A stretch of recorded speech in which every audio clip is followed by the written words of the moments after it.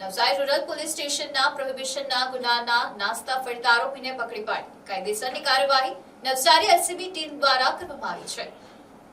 Navsari LCB પોલીસના senior PI Vijay Jadeja, LCB સ્ટાફના PI SV Ahir, PSI YG Gadhvi, PSI MB Gami તથા LCB સ્ટાફને નાસ્તા ફરતા આરોપીઓને પકડી પાડવા માટે સૂચના આપેલ, જેને લઈ એલસીબી સ્ટાફના અધિકારી તથા પોલીસ કર્મચારીઓ ખાનગી બાતમીદાર રોકી વોચ, તપાસ તેમજ વર્કઆઉટમાં હતા. દરમિયાન પોલીસ કોન્સ્ટેબલ જયેશભાઈ બાબુજી, પોલીસ કોન્સ્ટેબલ અર્જુન હર્ષદભાઈ તથા પોલીસ કોન્સ્ટેબલ નિલેશભાઈ રતિલાલ નાને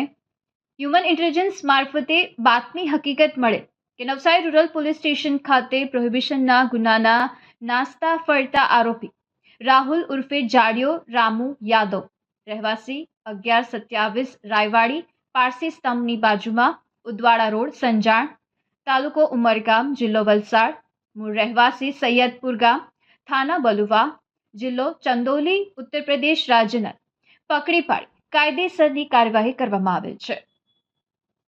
bureau report, NTC news, Navsari.